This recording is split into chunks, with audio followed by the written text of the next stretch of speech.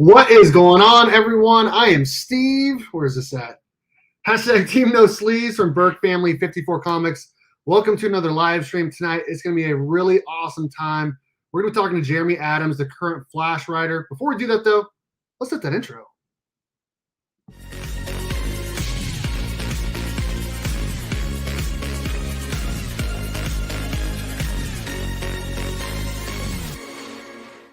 All right, Mark from Legion of Comics will be joining us here very shortly, though. I do have my friend Paul Cook, Sector 2815, joining us tonight. What is up, Paul? How are you doing, man?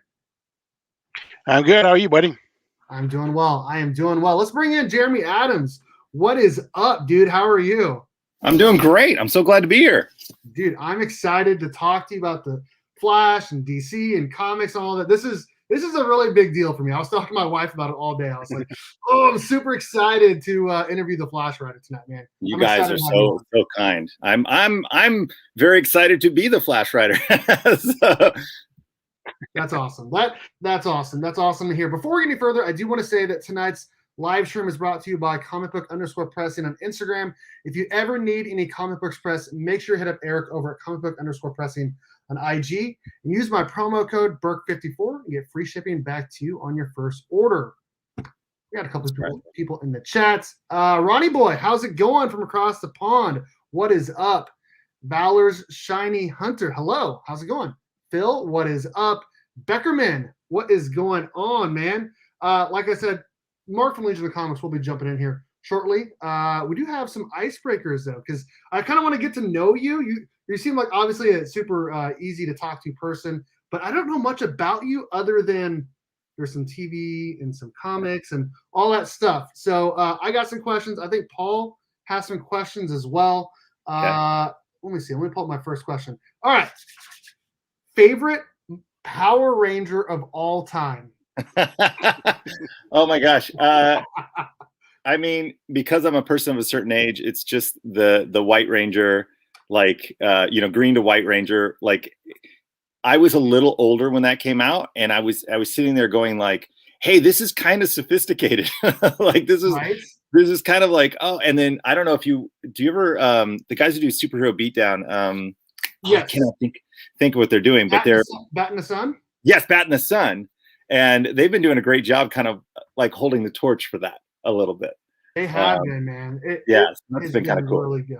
So yeah, like that would probably. I mean, it's weird. It's so stupid. It's so cliche, but it's like, oh, I really like the Red Ranger. But then when they showed up, oh, it's like, oh, who's this guy? And then I like that, but I'm not the most. Like, I know enough about Power Rangers, but not too much. I will tell you, this is super nerdy. And by the way, this is going to be a lot of us talking as me going off on these rambly tangents. I'm excited. But I was older than I should have been. I bought the Wild Fury Mighty Morphin Power Ranger helmet. It was like a toy, but it kept being discounted. I'm like, what is this toy? And it's like the greatest toy I've ever seen, because I don't know if you know about it, but like it was Jungle Fury, and you put it on and you could like download missions into the helmet. What? And and then you could like go outside or whatnot. Me as an older person doing this, but you could like, if you're a kid, you could go on these missions and then you could print out certificates. And I was like, this is the coolest thing I've ever seen. It was really neat. Dude, that is awesome, man. Holy cow. I agree with you, though. The Green Power Ranger is by far my favorite. I got a photo with me and him right there. Really? Oh, yeah. Big JDF fan. Huge JDF fan. Could you imagine what? Because he does MMA stuff too, right? Like, he did do that for a while. Yeah, he did. Yeah. That's crazy. That to me is the right way to go. It's like, I'm going to be Power Ranger and then I'm going to beat people up in real life. It's sort of like Stephen Amell going like, I'm going to do the Arrow and then I'm going to jump into WWE for a little bit. I was like, that's awesome. If I got any sort of clout, like my dream is to get kicked through a window by Jean-Claude Van Damme. Like that would be the coolest thing ever. I'm like desperate. Like get me on the Expendables, for like set just to get punched or something by Stallone. Oh, it'd be the greatest. Oh my gosh. I'll tell you what, I was at a con, I think back in July or whenever it was, August. And Stephen Amell was like the big name there. Like he was there. Lou Ferrigno, which I interviewed. It was awesome. Yeah. Stephen Amell walked by as I was just sitting at a table eating, and him and I, we locked eyes for about 1 second. And I'll tell you what, it was amazing. Well, I can tell you something about Lou Ferrigno. When I first moved to LA, I worked at a Blockbuster Video that he would frequent. A lot of celebrities would frequent, but there would be like big celebrities. But when Lou Ferrigno walked in, I about lost my mind, and I was like, I went up to him and I said, "Hey, I'm a big fan." And his hands are so big, my hands look like little baby hands inside his hands. And I heard this cool story about how he has this massive truck. And his daughter, I guess, used to work at the same Blockbuster. And he has this massive truck, and he was like working on it in his yard, like his driveway. And for whatever reason, his kid was like riding the bike behind the truck, and the truck like started rolling backwards. And Lou Ferrigno just full on like just grabbed the truck and like like could stop it from moving. It was like, you know, get out of there. I was like, dude, I believe it. He's huge. He's still huge. So I interviewed him, and at the end of the interview, him and I did a fist bump, and it was like the best experience ever. You fist bumped the Hulk. Oh So my rad. gosh. It Wow. was So awesome. rad, dude. It was So rad. awesome. Paul, what's your first icebreaker? I know you said you had a couple as well. Mine actually is going to go to comics, and that is when you die, you can be buried with one comic. One You comic. can take one with you. What would it be? Oh man, that is tough, dude. Because I imagine you probably have a pretty insane collection as a. It's comic pretty book good, but it's not as big as it used to be because I have kids now, and long boxes are not conducive to living. That's tough. I have like there's like 4 like that come to mind. I have them up on my wall. One is the Justice League International that I love. The start of the Daredevil Born Again series by Frank Miller. And then I have a Blue Beetle #1 from like the Charlton comics, the modern comics. Oh, wow. With Ditko, which I really, really, really love.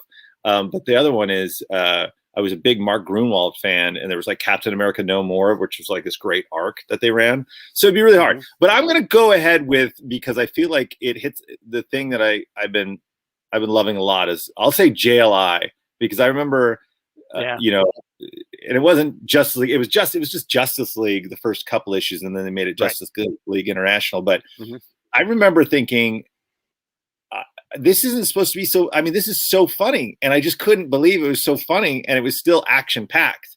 And so I feel like my sensibilities tend toward that, where it's that where there's a real dramatic maybe arc or adventure going on, but still Batman punches Guy Gardner in the nose or whatever, you know? I was that one punch, right? One punch. And then they did that thing, which I had never seen in comics. They do that for a while, where Guy Gardner, he basically bumped his head, and he was like a pacifist for like a year. It's like they did it for a whole year. And my 2 favorite covers were like, it's Lobo's there, and he's leaning over Guy Gardner, and Guy Gardner's got like tears in his eyes because he's a pacifist. But because Lobo bumps him, he turns back into Guy Gardner. And it was like after a year of comic, it was so cool. It was so good. That's awesome. My buddy Becker said, you named some of my favorite books. Justice League International is what made me love Blue Beetle and Booster Gold. Well, you know, I love them because I made Gold Beetle, you know, as like somebody who was like a direct descendant from both lines of their families. And I love Ted Cord Blue Beetle a great deal. And I love Booster Gold. I don't know if you read, I think the real change was actually Jeff Johns' run of Booster Gold with, I'm going to forget his name. John. You name dropped his name before we went live. Yes. Well, I said I just like met him and getting to know him, which has been really fun. But the Booster Gold like tidbit where he did the thing where it's like he's actually the greatest hero, but he can't tell anybody, you know, where he's actually saving time, but he just can't. He has to play the buffoon. I love that. I thought that was a great turn. And then Ted Cord Blue Beetle, Len Wein did an entire run for DC that I loved. I mean, I love the Ditko stuff, obviously. And then I just really like Blue Beetle a great deal. You did the showcase short on the that was hilarious. Yeah. It was fun, and that was really fun. So that's on the Long Halloween disc 2, I think. Right. And and so I was working on Supernatural at the time, and so they asked if I would come up with a story and stuff. And I'm like I said, I'm a huge, like, my dream would be like to do like 3 straight-to-video live-action Blue Beetle movies. You know, like Dan Garrett, Ted Kord, and then Jaime Reyes. You know, and I was like, I'm one of those fans that's like, Jaime Reyes, I don't want to. Why are you doing this? Why'd you kill Ted Kord? And then you start reading, you're like, oh, okay, this is pretty good. This is pretty good. I think a lot of people felt that way about like Barry Allen, right? For like Sure. for like 20 years, like, what are you doing killing Barry Allen? Yeah. He's the Flash. Yeah. Like Showcase Right. 4, whatever. Like, and then Wally is just, I mean, that was one of my questions actually. One of my questions is who's your favorite Flash and why is it Wally? I mean, that's it, right? I mean, he's I mean, not to it's kind of the Peter Parker thing. It's like he's still going through real life. And sometimes with some of the other characters, I mean, they've got so much money and stuff that they don't have to go through anything. You know, Right? it's like they don't have to worry about that stuff. And I think there's also an element that is really interesting to me. And they did it really well. This is just me being fanboy, so I'm not trying to disparage anybody, but when Bruce Wayne died, quote unquote, from Darkseid's Omega Beams and went back in time, you know, and then Dick Grayson took over. And I remember I had the same reaction too, like, this is crap. Why did you do this, Bruce Wayne? And then I'm reading this Damian and Dick Grayson thing, and I'm like, this is awesome. This is like really, really, really good. And then I was kind of like, oh, I don't care if Bruce Wayne comes back, because I was just enjoying it so much. But the idea that Wally is a sidekick that moved into the mantle, and then we as an audience got to like watch that for decades. Right. I don't think it's been done with anybody else. So I mean, with any other sidekick, I should say, to take the mantle and just for that long a time, see him kind of like get ownership of it. And that was really cool. And I don't know if it was just the sensibility of the time. It just, they made Wally a little more relatable, a little more interesting. That's why I like him. He's just super relatable. Like, I'm a younger guy. Like, I think I'm younger, at least 33. And I don't know. He just, I like his attitude, and like, especially like what they did with like the Titans Rebirth, where he's like talking about how he's been lost in time and he's looking for his wife who doesn't know who he is, and he's trying to get his family back, and flash forward and all of that. He's the whole time he's trying to get his family back, and as a father, husband, all that. Like, I can totally relate to this guy. Yeah, that was touching. That was actually really when he finally gets his kids back. Yes, that was a lot. And yeah, somebody asked, that is the Grant Morrison run of Batman and Robin. It's really good. They had a hover Batmobile. It was awesome. That was during Batman Inc. and all that stuff. Black Mirror, man. Right. Black Mirror. Oof. By the way, that was the first time I got to pitch on a comic, was Batwing. That was 10 years ago, maybe. I don't know, something like that. And that I had always wanted to do comic books, and I've been doing some animation and just getting started in animation. And I had met Mike Martz, who was the group editor for the Bat Group at the time. I think this was before he went to Marvel, and he let me pitch on Batwing.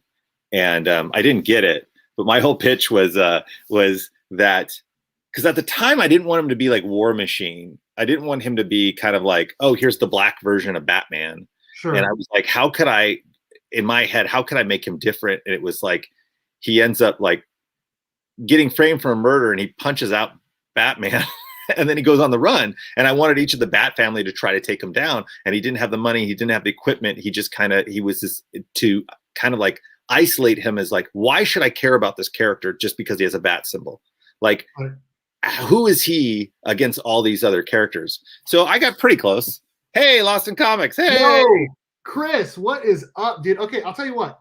I heard that Chris interviewed you, and I was like, okay, if he interviewed you, I wonder if he would accept an invitation to be on my channel too. So Chris is the one who gave me the idea, and he's like, this guy is the coolest cat on planet. That's very kind. And we did a whole like he does a Thursday live stream, which I'm sure you know about. Obviously, you're on there. So he does one. I also do one, and so like one week we did like the first hour at his stream, and then the next hour at my stream, and we talked about you and the Flash and obviously Nightwing and all the books that week. It was a good time. So that's how I knew that you were up for it. I thought it was an easy target.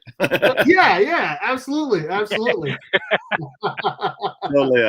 am. I'm shoot.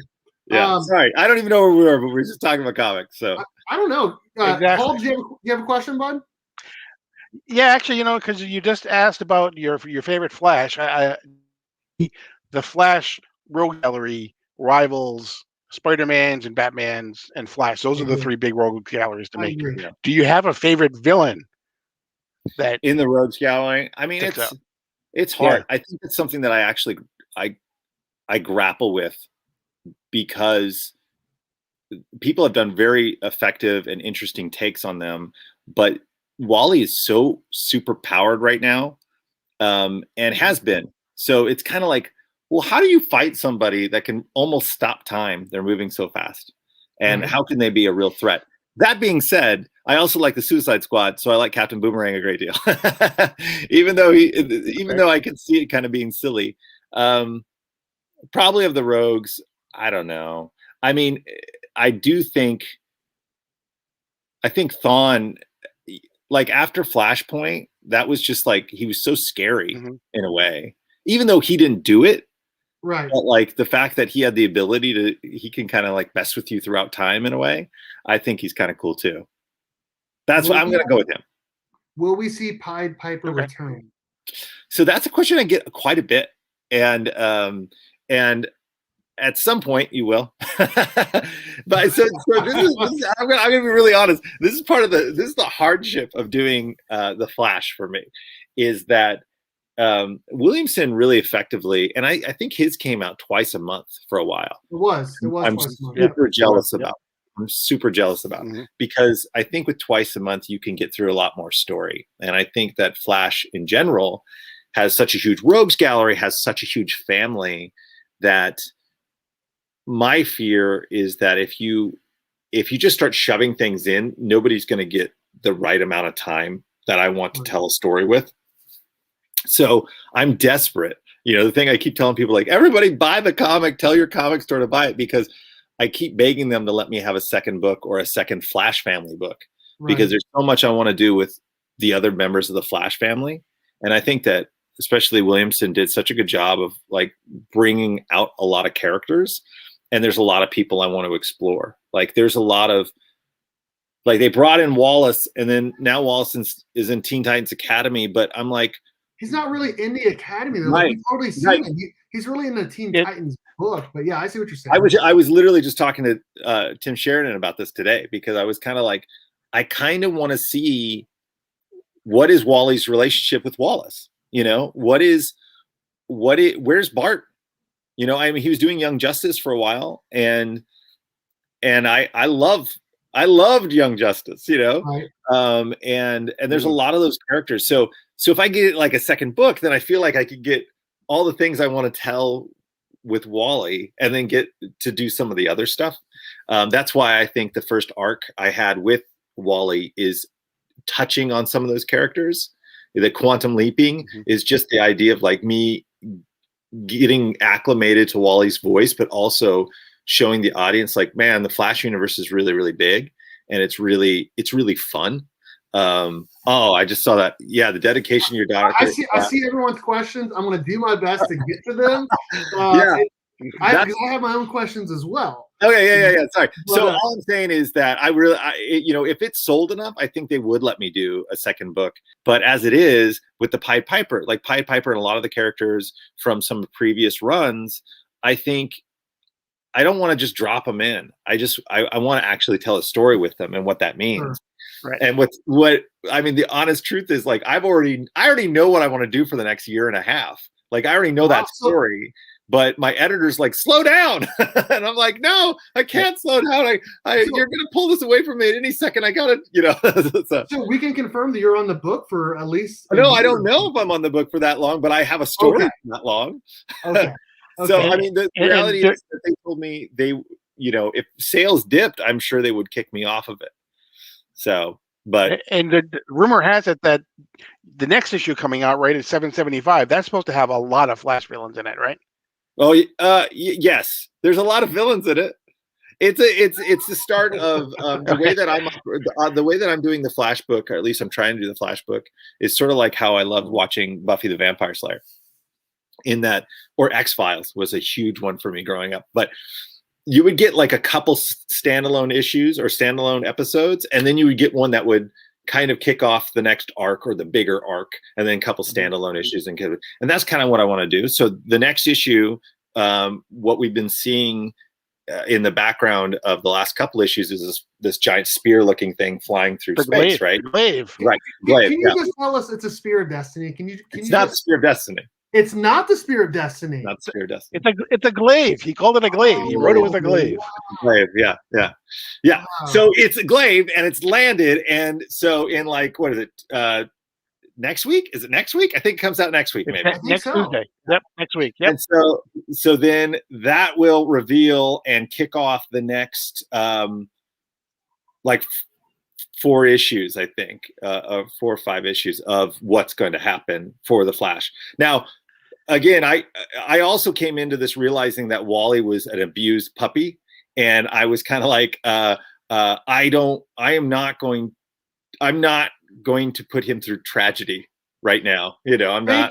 God, man. That's not why I read comics. Heroes in Crisis about broke me, man. I'll tell you what. Okay, so going back to Dark Knight's Metal, it was like what was that book called? It was like $9. It was like all the stories of the DC universe. And in that book, obviously, Wally and Roy, they look at each other, and Roy tips his cap. Right. And it's just like, oh, that was such a great moment. But you don't know really what that means until the book you wrote, where he's going through time, he's being all these different people. He's being, Bart, Barry, blah, blah, whoever, Reverse Flash. That was really fun. Yeah. That was a really fun book, by the way. Yeah. And you finally get to Heroes in Crisis. And I will say this, as someone who read Heroes in Crisis, obviously big Wally fan, right? I said it pissed me off. It really did. And the way that when you went to that book, I was like, no, I don't want to relive this. But you know what? The way you did it and tied it all up and basically fixed it was exceptional. Like, I could not be happier with that issue. That was absolutely incredible. The way that him and Roy were talking to each other. It was it was an epic book, man. Well, I'm a big fan of Roy's character, and to bring in that recovery type speak, like anybody who's been in AA or Al-Anon, and just that kind of like, don't leave before the miracle happens, and just be able to do that. Because in my mind, when I came out, there was a lot of things I wanted to save them all. That was like, I wanted to save everybody there, and I wasn't allowed. So so I still don't think that I'm not still planning something in the back of my head, but as hopefully as the book has been really, really well received by fans, and I'm hoping that will give me enough like juice to be able to do a few more things that I want to do, but to your point, it did, because, and I'm not besmirching like what happened or whatever, like everybody does their own book. I get it, but I love the idea. And right away I was like, hey, if he can move faster than anything, then there can be a story that's told in between the moments. Because to me, that moment where that, electricity came out and killed all those people, I was like, well, where's that energy from? Like, I've never seen him do that necessarily like that. So then I just kind of backtracked through it and tried to lead up to that moment.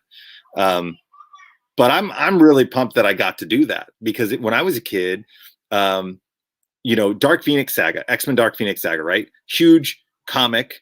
And, Jean Grey dies. And then how many years later, I'm reading the X-Men comic, and Scott Summers runs into Madeline Pryor. And even as a kid, I'm going, she looks just like Jean Grey. What is going on? Like I'm losing my mind. And then they did X Factor, where they like, oh no, Jean Grey really wasn't dead, and this was a clone, and oh, now she's the Goblin Queen. And like, I love that stuff, man. Like some people are down on retconning and changing things. It's like, it's not retconning, it's just adding information. Like, I love that. So I'm really glad I got to do that. It was helpful for me, because that was something that I really needed to come to grips with, that aspect of Wally West, in order to write Wally West. It's like, where is he emotionally and mentally, especially after being, having all these horrible things happen to him for so long, losing his wife and kids, like all that stuff. And then, that was the way to do it. That was great. I think it was fun. Yeah. the Flash Annual was, in my mind, one of the best written books of the entire year. I just really love it. Oh, thanks, man. And Thank that you. cover by Brett Booth is just incredible. So Brett good. Booth Oh yeah, draws- the bee cover, man, that was just phenomenal. Brett Booth is So one of my good. favorite artists of all time. It's so good. Yeah, that's one of that's the crazy thing sometimes about writing this. Like, I'm new to this. I'm still new to this. I haven't even been writing comics for a year. And when you turn in a script and there is an immediacy because suddenly these artists will send you back stuff and you're just like, this is so nuts that these people can do this.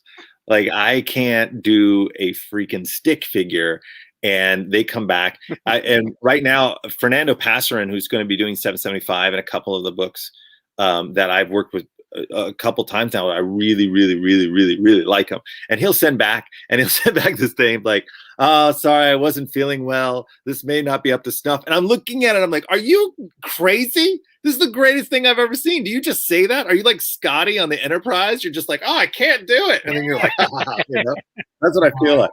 So, oh my gosh, it's dude. really, really, I feel, again, I'm constantly like, I'm just pinching myself a little bit. Like, oh, I can't believe they're letting me write this, Dude, that's Now, awesome. how do you collaborate with artists? Do you tend to do like very detailed scripts, or do you do more generic type, or I don't. and then see what comes back? Or Yeah, I mean, sometimes I'll have a very specific idea about certain. Like, I'll give you an example. Like Kevin McGuire on the Flash book, or the Flash one where he was in the Super Friends, the Legion of Doom, and there's that scene where there's like 3 panels with Lex Luthor, and he like super slaps him, and it's this really funny scene. But I wrote that pretty specifically, because I knew the humor of that scene.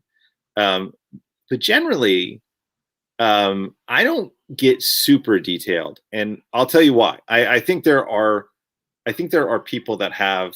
Nice. Yeah, they are tight. Yeah. I think that people have different views of this, and maybe it'll change over years, but I'm not an artist. Like, I'm not a visual. I have some of that because of film and whatever, but like, that guy spends all day drawing. So I feel like my job, it's sort of like what I do in animation, is I want to get the next guy that takes over super excited about what we're doing.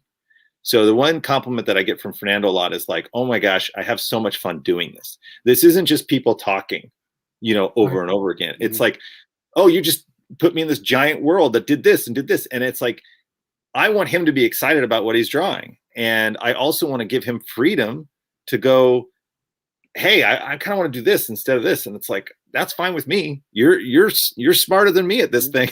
so and I think that's probably, that's part of being in animation. Animation is unbelievably collaborative, like just ridiculously collaborative. And so, it's my chance to help. I just want to help build the house. And it's like, okay, here's the foundation, go nuts and let people do it. And you really have to let go of some of your ego there, and it can hurt sometimes, but you really do. And you have to know that they may come back with something different, and that's okay. Sometimes that's the fun. It's like, they drew something completely different. How do I rewrite this to make it work? There's a lot of fun to be had there too. There's so many questions That's here awesome. that I'm going to do my best to get to, but I do have a question that I wanted to ask, because you keep mentioning animation. For people that don't know, you do work TV and film, and then you came over to comics. Like, how did that happen? Like, that doesn't seem like that happens very often, but it feels like that happened with a lot of the books in the Future State line, which you were a part of, right? Yeah. So the real reason was that, especially in Warner Brothers Animation, we have a pretty good reputation for making really faithful and great adaptations of DC comic book movies. And that's been going on for a long time. Bruce Timm and Alan Burnett, and like all, back to Batman the Animated Series, to the Superman and JLU, all that stuff, right? It always seemed to be fans, and it was always great. I mean, I was a fan before I got to write on those things, right? So what happened was, Dan Didio, I called up and said, I want a bunch of animation writers from Warner Brothers Animation. And so they made a list, I guess. And so we got asked to come over to the DC offices, which are way too cool. And we're sitting in this room, and Dan Didio is like, just he's like this, like super, talking about the Flash, he's like super kinetic, and he's just like, yeah, we're gonna do this thing called 5G, and we're gonna leap the universe forward like 5 years, and this is what's and we're just like, okay. And there's this funny story, because afterwards it was like, we want you guys to write things and come up with these pitches or whatever. And I met two of my friends at a bar nearby, Simsies it's called, and I said, I was like, and they're like, I don't know, should we do this? And I'm like, someone asks you if you're a god, you say yes. Like, of course you say you do this. Right. Like, I wanted to do comics my whole life. I'm like, I don't care what anybody wants to do. Give me Nort. I don't care. Like, I will straight up write anything. And it's that I'm willing to do. I'm still willing to do anything. I tell them, like, you give me any book you want. Like, I am down. So I was supposed to do this Black Racer thing for Superman World at War, like a backup in that. But then it all collapsed, right? Like 5G collapsed. Dan was let go, and I was like, oh, we're so close. We're so close to finally getting to do a comic, and it all kind of disappeared. And then they were going to kind of pivot and kind of do this future state thing. So I was like, oh, well, maybe I can still do that. And then what happened was my friend Tim told Mike Cotton, who's the editor, like, oh, you should talk to my friend Jeremy. Or Cotton had a list like, oh, what do you think about these writers? And Tim's like, oh, Jeremy's great. And so then they let me do Black Adam Future State, which was a backup in Suicide Squad. And like, if you read that, I mean, that's literally like my first comic. And it's so jam-packed full of stuff. Like a little, like I was getting used to turn pages and stuff, but the fact is they were like, yeah, we can do Gold Beetle. I was like, what? Like I was like, you're gonna just let me do some of this stuff? All right, cool, And so I think it came out really well. And then I got to do the Black Racer one too, which they're both very tonally different. And then from there, it was like, I don't know if it was working with Cotton.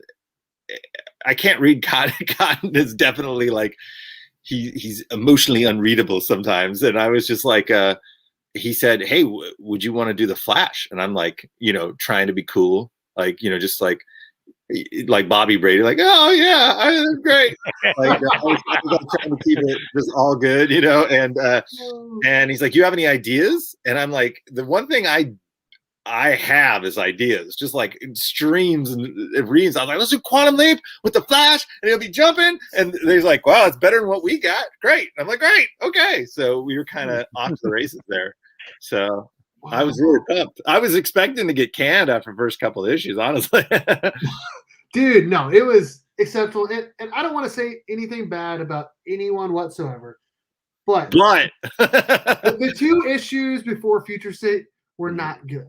I'll just say that. The two issues after Williamson, before Future State, were not good. And so it's really nice to read what you're writing. And obviously, everyone knows I'm a big Wally fan. And so it's really, really awesome to see for sure. Wow. Thank you for reading. Oh, absolutely. Absolutely. Do you get a choice of artist? Love Christian Duche's art on the last issue, and would love to see Dan Mora. Yeah. We kind of have some of those conversations, because some of those, like, Christian, I think, is just super busy too. Sometimes it has to deal with their schedule. I will tell you that, like, with Fernando in particular, I really push for Fernando because we work so well with Black Adam. I really like his pencils, and I really like the way that he kind of translates what I'm doing in my head. I mean, he's exceptional.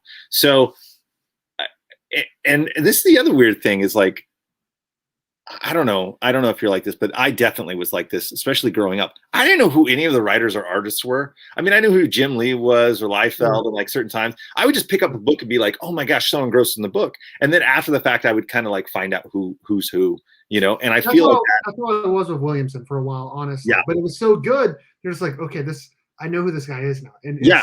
So by the way, which I just met him or just like talked to him over Zoom, and because I had never met him. And not only do we have some like weird connection where we might have worked with each other like 10 years ago or something, but like unbelievably nice. I mean, super, super, super, super nice. And I'm always expecting, like, because I've had enough of those run-ins with people that you like really love, that you're like, oh my gosh, this person, that it turned out not being that great, that I'm always kind of like a little on guard now. But I was like, man, this guy's really nice. Of course he's getting to do 12 books a week, whatever he's doing. Right. I mean, and that's really what it feels like. And he's taking over on Batman, which I was like, knowing that the end of the Flash run was coming. Yeah. And knowing that Tom King was going to be leaving Batman at some point, I was really campaigning for Williamson to take over on Batman. And then he had JT4, and it's well, at least the first 15 issues were good. Yeah. But then when they were announcing he was leaving too, I was like, okay, I really, really, really hope it's Williamson, because I absolutely love his writing. Sure. That's what you tried to do, right? You want to get to the Bat book, I guess, I mean, that's got to be the gold standard, right? Right. I mean, that's what everyone wants, right? The question about Black Adam, Future State, that they wanted him to look like The Rock. Yeah, it was kind of like enough of it that we wouldn't get sued, I think, That's kind of what they do with JDF, man, with all of like the Green Power Ranger or White Ranger, whatever. Right.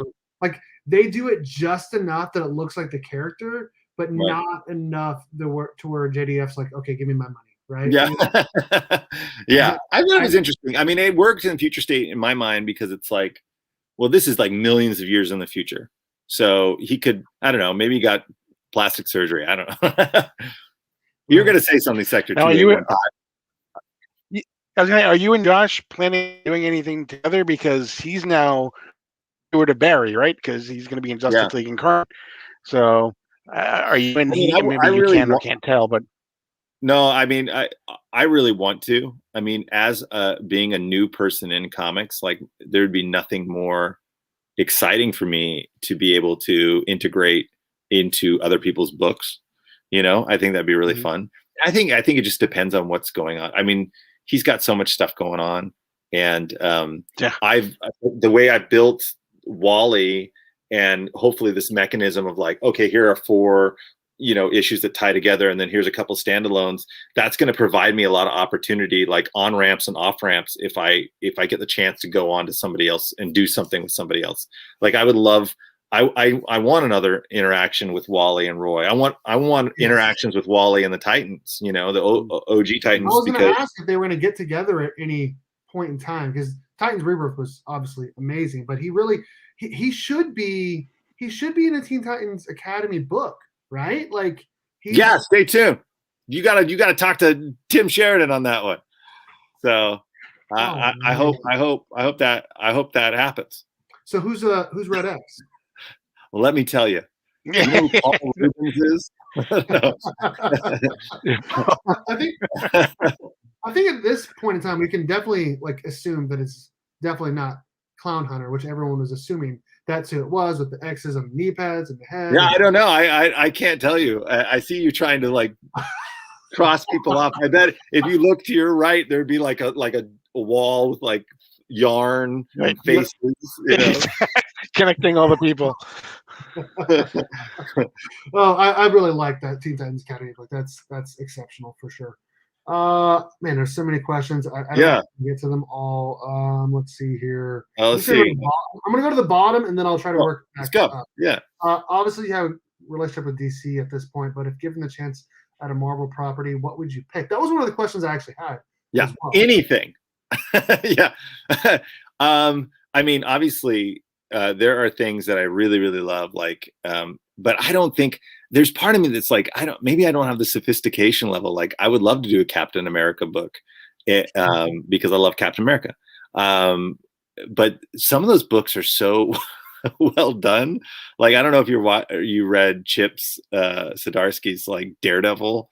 I'm like, gosh, I heard it's good. It's so good. It's amazing. It's so good. That I'm like, good.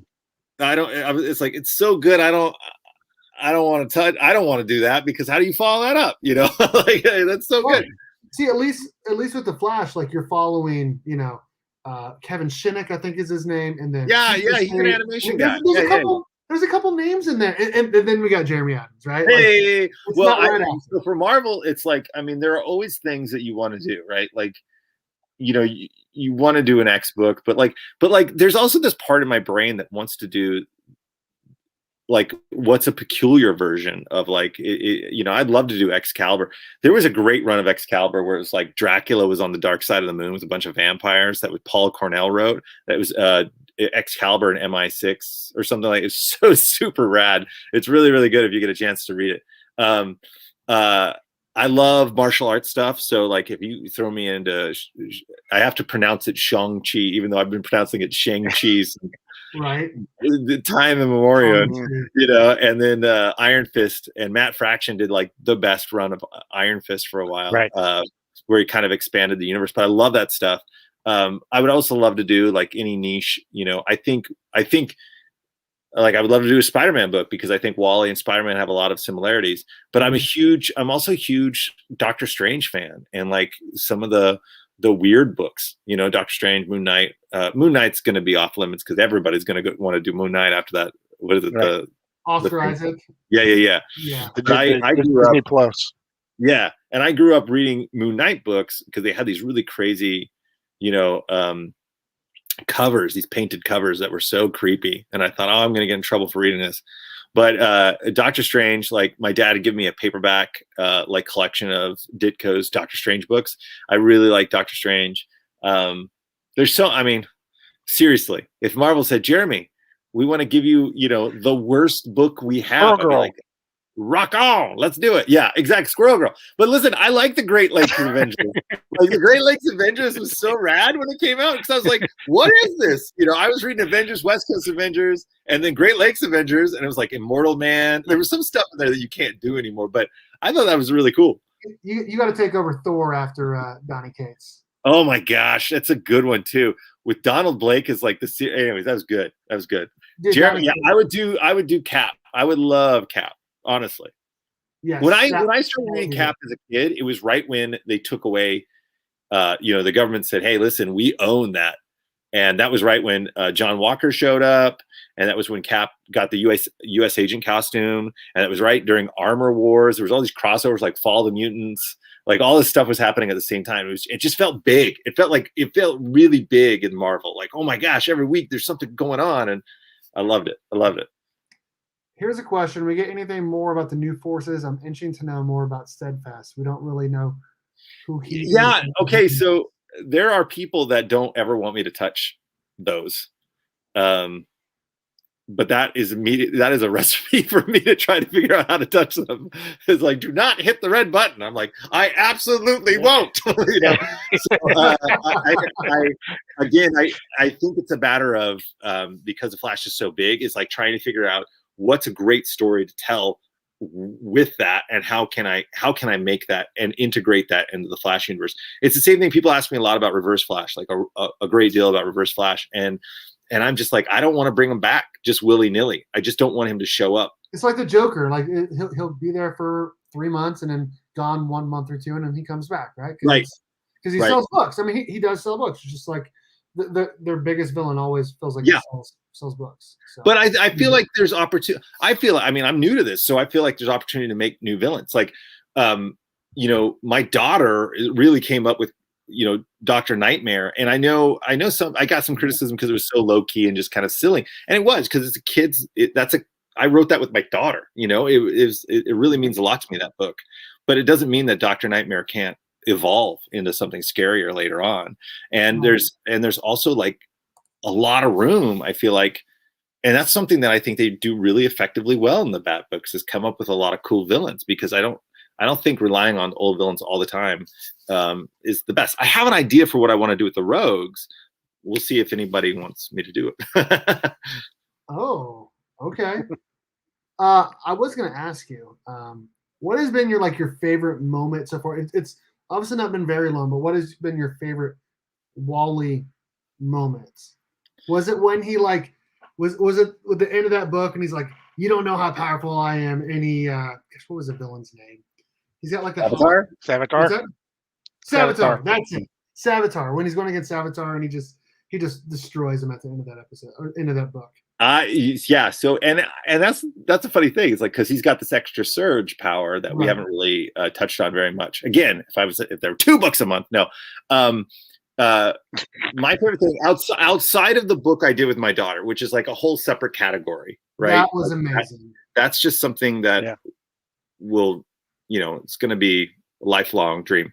Kevin McGuire's The Legion of Doom section of the Flash book, where it was like, he was in Reverse Flash's body. That was my favorite thing because I got to be absolutely silly, and the fact that Flash was like slapping, Lex Luthor and just kind of like, I got to get out of here, and I love those moments. It's really him slapping Lex Luthor is so funny to me. And I'll touch on it in 775, but like my personal belief is that Flash is probably potentially the most dangerous and the most powerful superhero that's in the DC universe. And they don't really talk about it like that, but he really is. I mean, if force is mass times acceleration and you can accelerate as fast as whatever, then it's like, I don't know, there's a lot of, I like him a lot. Flash with Jay Garrick. Yes. I love that too, because that was fun because I got to do him talking to Barry and Green Arrow and Mr. Terrific. How many issues was it? It was like 6 or 7 issues. Yeah.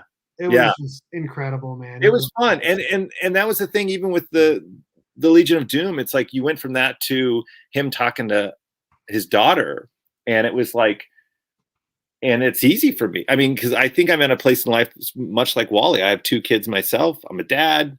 I've got a wife. And it's like, the only thing I'd want to know is my daughter okay?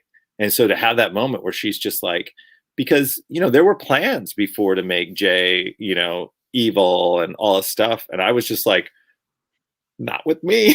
it's both a threat and a promise. It's like, hey, as long as I'm on this book, everybody's gonna be fine.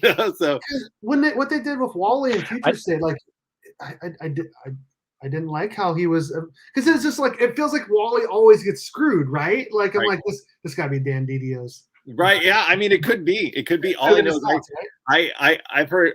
Yeah. I mean, I know that there were strong opinions either way. I just never got any of that. So it's like I got to jump into. Do you know who Ira marries? Heck yeah, I know. I want to know too. I know. And I love the idea that Jay is. I love the idea that Jay is dating Gold Beetle. Like it's hilarious to me. And I put that in, and I'm just like, it's so funny to me. So because I love her, and I think there's a lot to do with her, and there will be a lot to do with her in the future. So I think it says so much too about the whole concept of what you're doing with Jay, that one of the best issues that you've done so far, he didn't appear in it at all. Right. That was the last issue. Yeah. There's a lot to do with him, because right now the status quo is, and some people have asked me this, is I'm going off. Jay doesn't have his powers, Mm-hmm. So Iris has his power because they were sharing a Speed Force connection, and then it was just hurting him. So they ended up disconnecting it. So only she has the powers. That was the last status quo. And we had never seen that resolved. So whether or not some people are like, oh, I saw him in a frame and it looked like he had powers, it's like, well, and unless somebody says it, they haven't said it. So I love the idea that he has 2 kids, and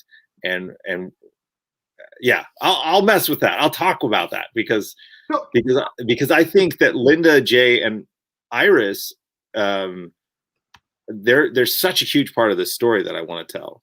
And one of the things I just despise, and when you watch a movie and they have kids and it's like they're just helpless or whatever, it just kind of bogs. The Mummy 3 comes to mind or whatever, you're like, okay, versus Temple of Doom, and I'm like, Short Round is awesome. Like, I need, I want these kids, and anyways, I'm rambling, but I love all that. I love Mr. Terrific. He's been a fun a lot of issues. He's been in almost every one.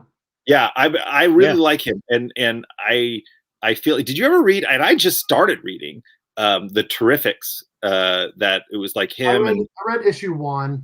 I did pick them up. Yeah. They're pretty zany. They're pretty zany, but they're fun. But most people write Mr. Terrific very like unemotional and stuff, and I I want to give him a little bit of like, Short he's round. got a fast car and he owns quick oils, Right. So like, give him a little bit more, I think. So how does that work?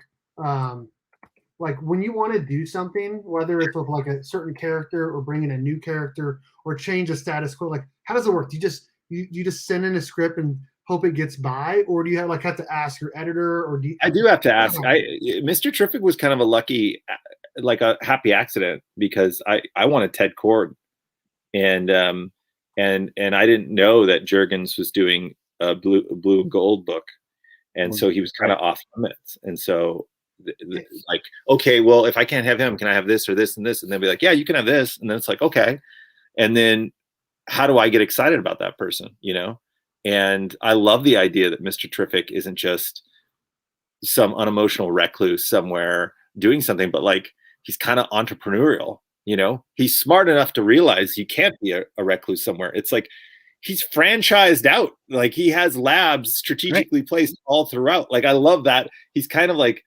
Buckaroo Banzai in a way, It's like, oh, he's got this stuff going on. And then what I try to do is like subtly put in there, not just Wally working there, but they're working on something that, is able to detect temporal anomalies. It's like, well, is that going to come into play? Well, yes, obviously it will. Yeah, I like him a lot. And he gives free lunches to his associates. And he gets free lunches. So that really came about because DreamWorks out here, DreamWorks gives free lunches and breakfast to their employees. And it's like crazy. Like they have this campus in the valley, and it's like free yoga, free breakfast and lunch. And I just I remember being on that campus going like, you're telling me they get free lunch every day? And they're like, yeah. I'm like, that's amazing. This is insane. Like I just couldn't, I still can't, but there's a lot of those there's a lot of the video game companies and some of the film companies out here. It's like, it's free. And when I started working on Supernatural, it was like, I grew up so poor, you look for just like, what's the biggest thing, that you could buy. And it was like, I got free lunches. So I was just like, I'll take the triple pastrami with bacon. Like I'm like in college or something. And all these people are eating salads around me. And they're like, yeah, I remember when I used to do that. And I'm like, whatever, you guys are wimps. this is free food. I'm going to eat it. And then it's like, after 5 weeks, you're just like, I can't fit into my pants. You're like, this is terrible. Yeah. I just gotta start eating salads. I remember in high school, I ate 2 lunches every day. Yeah. Wow. Because I was on a football team too. So it's like, you're burning it. I was burning it every day. We were weightlifting during the day and in practice. And I'm like, I had to eat 2 lunches to get through the day. You know what I mean? But I really wish I had free lunch now. Free lunch. That sounds amazing. Yeah. I got to ask you though. So, you said you don't know how long you're on the book, but can you just give us like a little tease of stuff that's coming up, at least over the next couple issues? Maybe like just a little bit, just something to wet our whistles. I mean, obviously the Glaive, what happens next week is going to set up what's going to happen for the next couple of issues. And then, no, I'll get shot. but no, DC is actually already. DC has already put out some stuff, though. Right, that's true. And in fact, the solicits, right? So we got Justice League Dark coming up, right? Dr. Fate coming up, right? And one more. We got Eclipso coming up, right? Okay, there you go. See, it's all in the solicits. So I will tell you that I will. This is so hard. I'm the worst. Like I can never be a spy. I will be talking. We will have more with Jay and Ira and her friend that'll show up, and then there will be some stuff with Linda. I can't tell you anymore. I think I put 2 and 2, and I think we may have figured something out. No, not really, without knowing it. You know what I mean? But yeah. I don't know. I mean, listen, again, it's one of those things where like I write this stuff and then I send it up the chain of command, and sometimes it's like Sometimes I just get weird looks like you're an idiot. Oh, You know. thank you, Flo Dameron, for the $4.99 super Hello, chat. Flo. Thank you so much, sir. Loving your flash run, Jeremy. Thank you. Thank you.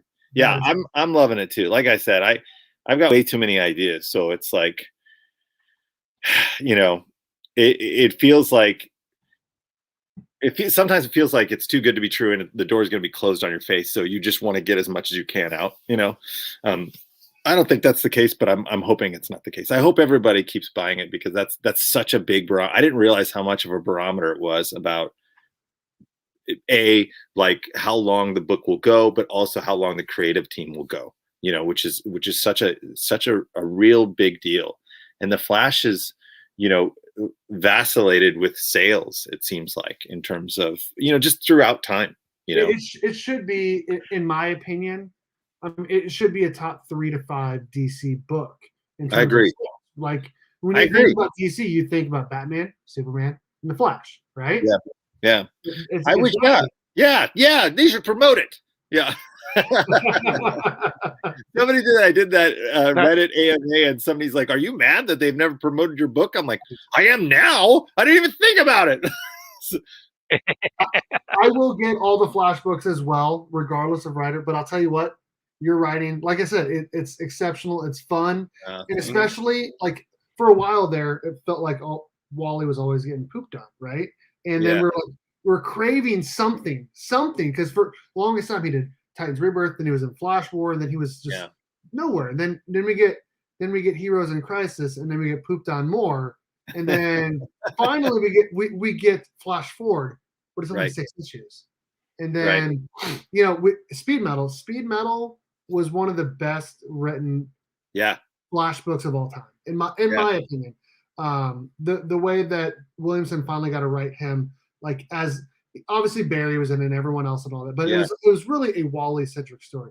That was exceptional, and it's really nice to see finally Wally back as, I mean, he's always been a Flash, but back as the main Flash, in the Flash book. So yeah, I hope I want to do justice, and at the same time, you know, I like Barry too, and I see that's the fun to me. It's like, that's why Williamson obviously is doing stuff with Barry, but I would love to have more interaction between the two, because I think there's a lot of story there. But I'll be honest, like I'm like so pro Wally now. I'm about to cut people if they mess with them, you know. So it's one of those things. Oh, thank you for watching the Lego Flash movie. Yeah, you like the there is a song in there that I wrote for the movie.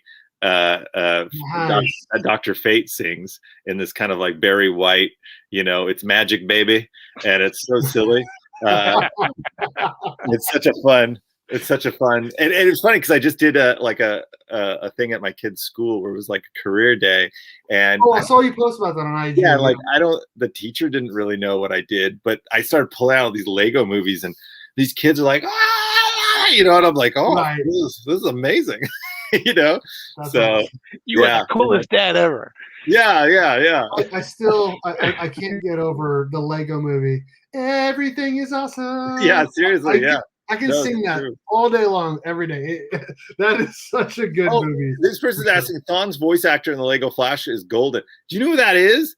That it's Murdoch from the A-Team, and if you're old enough to know who the A-Team is, so Dwight Schultz, you know, who's also in Star Trek, he came in, and I was just like, it's Murdoch. Like I was like losing my mind. Like I was like, oh my gosh. For those that don't know, the A-Team is a great show that I grew up with, and they had to break Murdoch out of the insane asylum like every episode. It was the greatest thing. Nice. Green Lantern animated series was pretty good. They embarrassed the medium in rating and made something respectable. Alan Mad Murdoch. That's right. He always had a different T-shirt. It was great. So, what are you working on now outside of comics? Like, what is something outside of the Flash? What is something you're working on? You know, I have a couple of you know, I've had a couple movies come out this year, which was Bruce Timm and I did the Batman Soul of the Dragon that came out in January. I love that, by the way. Yeah, that was, you know, I'm a huge DC martial art nerd, especially. And then we did the JSA movie. Megan and I wrote that. And then I had another Mortal Kombat movie come out this year. And then this show called Monkey Kid that's on Amazon Prime, that I wrote all of those. And so that's all that's come out. I have a couple more movies coming out next year. Some of them are so bananas, I can't even tell you.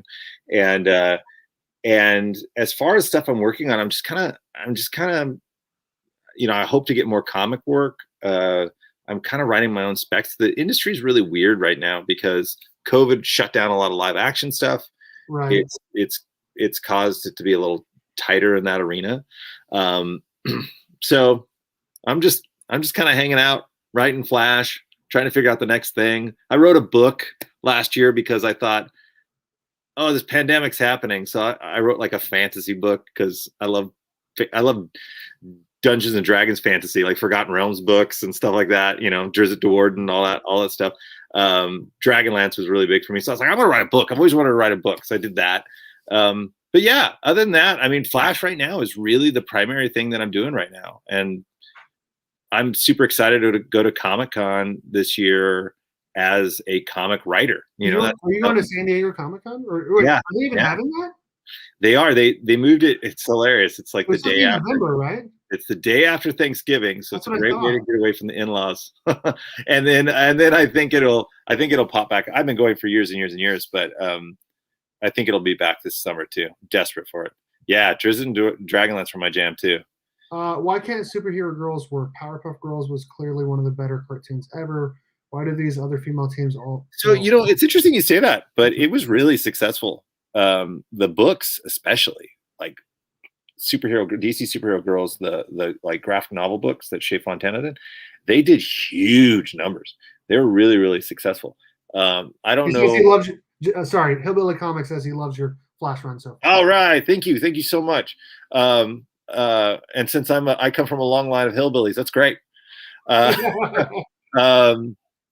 yeah. Oh, Jim's there. See, this is Jim Krieg's on here. Jim Krieg. Yeah, there it is. Genius. Yep. So Jim has been my mentor and boss and hired me, and he's the one who does all the DC animated movies and produces most of them. And he gave me an A-Team lunchbox for Dwight Schultz to sign, and I was so embarrassed I couldn't get him to sign. So Jim he does all those funny featurettes on the DVDs, doesn't he? Yes, he does. My favorite is the one on Red Sun. Jim, if you're still here, Red Sun. I remember him like sending me a note, and like we were like, "You got to go hunt for Red October," and he full on like Russian regalia. It was awesome. Yeah, no, Jim's the best, and he kind of taught me really how to write. He's the one that gave me my first opportunity in animation, and I'll be forever indebted. Not only that, because he's a super friend. But yeah, DC. I know it's terrible. I get it. Get it, guys. Get it. Oh man, that's awesome. I don't know if Jim's still here or he's left suddenly, but yeah, he's the best. I have a couple more questions, some rapid fire questions. But Paul, yeah, go for it. Paul, you got some more questions for him before I jump into these? You go first. You go first. Okay. All right. Here we go. Who's your favorite comic book YouTuber? Oh man. No, I'm not. It's gotta be Comic Tom, right? You don't have to answer that. That was a joke. Okay. Cats or dogs? Dogs.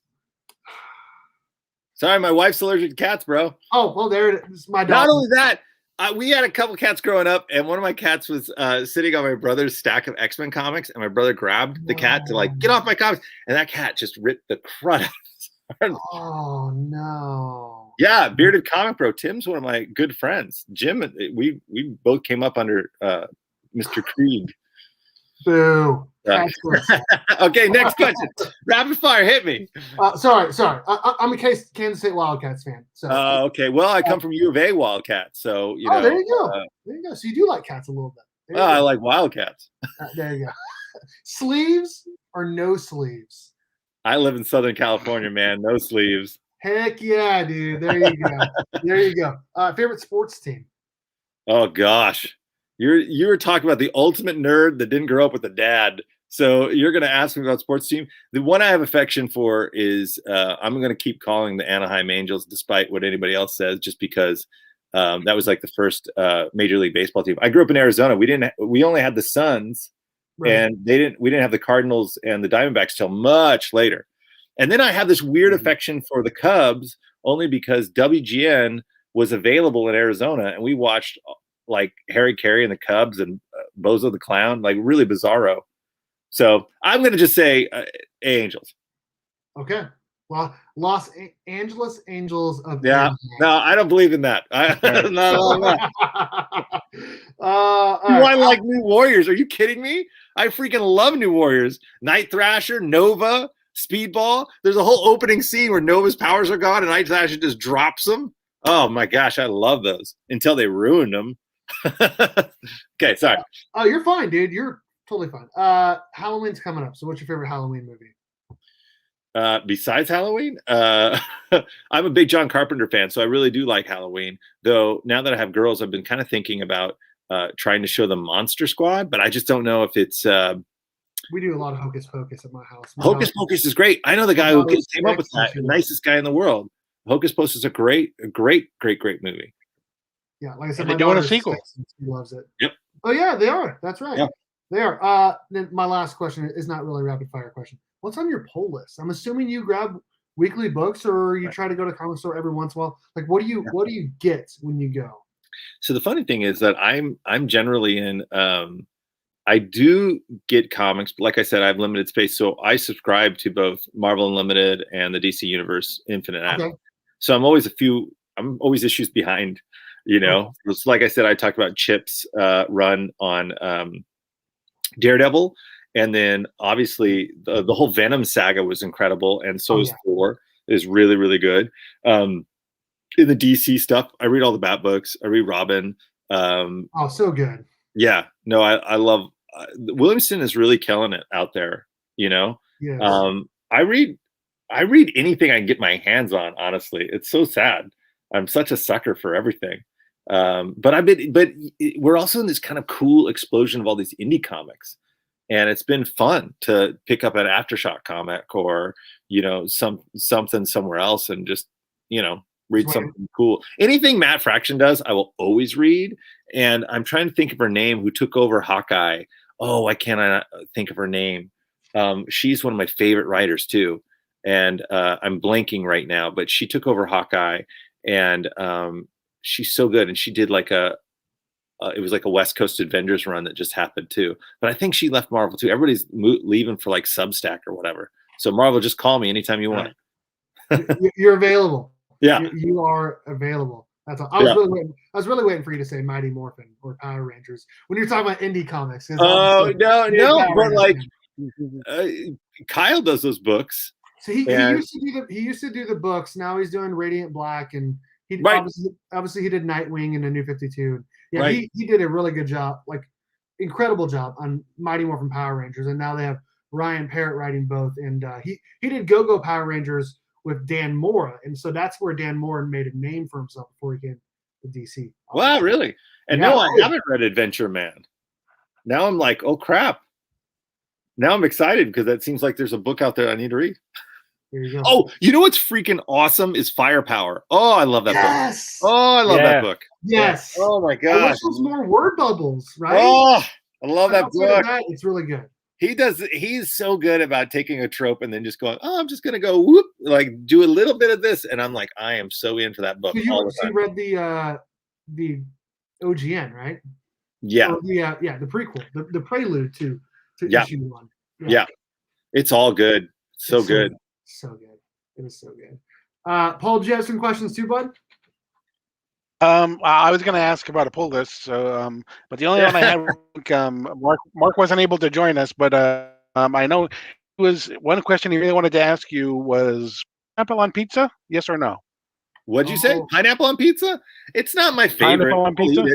I'll eat it. My wife loves pineapple and ham on pizza, and usually I will get one for her and the girls, and then I'll get like a supreme, monster pizza. It's not, I'm not unwilling to eat it. It's just not my first choice. I'm not willing to fight a war over it. There's some people that will. I am anti-pineapple on pizza. Like if you grow up poor So enough, you will eat anything. you'll eat anything, right? Yeah. Totally. So you are not militantly against pineapple on pizza. No, I'm not militantly against. It's not your go-to. Yeah. Oh, that's interesting choice. Interesting choice. I'm pepperoni and jalapeno all day long. Jalapeno. Listen, there's every part of me that likes jalapeno going in. It's everything that happens afterwards. Yes, I 100% know what you're talking about. There's this great Mexican restaurant nearby called Gilbert's, and I was in there, and they'll give you the salsa and the chips, right? And I'm eating the salsa, and it is just blazing hot. And the server comes over, and I just said, "Hey, do you have any more like mild salsa?" And he just like deadpan looks at me, and he's like, "Ketchup." I was like, "Oh, I'm such a wimp. I'm such a wimp." That is awesome. But I've got like the chemistry right where it's like I'll have nachos with jalapenos, and then immediately like I'm like 3 Tums and a glass of milk, like like staving off the pain. It's like when you get like the hottest wings at Buffalo Wild Wings, you got to drink like 3 or 4 straight big things of water. I don't know how those people do that hot ones. I have no idea. Interview. Like who? Yeah. They're insane. Crazy. Like I'd fire my agent. Yeah, I agree 100%. I have no idea how they do that. Jeremy, I'll tell you what, this was an awesome time, man. You were really easy to talk to. This was a great time. Seriously, thank you so much. Very much. I really appreciate it, and we'll have to do it again. Awesome. Thank you to Paul for joining us, and thank you to everyone over in the chat as well. I do got to say a quick thank you to the sponsors real quick. Again, thank you to comicbook_press on Instagram for sponsoring the channel. If you guys ever need Comic Book Express, make sure you guys hit up Eric over at comicbook_pressing on IG and use my promo code BURK54. Get free shipping back to you in your first order. Thank you to the channel members. I'm not going to read out the list of names, but thank you so much to everyone entered in the family tier and the friend tier. Everyone in the family tier is entered to win the monthly Burke Box sponsored by the 616comics.com, which again, thank you to the 616comics.com for sponsoring monthly Burke Box. We're going to be drawing for it on Thursday. It's going to be a great time. Make sure you guys check out the 616comics.com for all of your exclusive variants and comic book needs. Thank you again to Jeremy so much for coming on, man. We had a great time, man. It was Thank you, guys. Absolutely. All right, guys. Thanks everyone for watching. And as always, go Cats, Cowabunga, and it's Morphin time.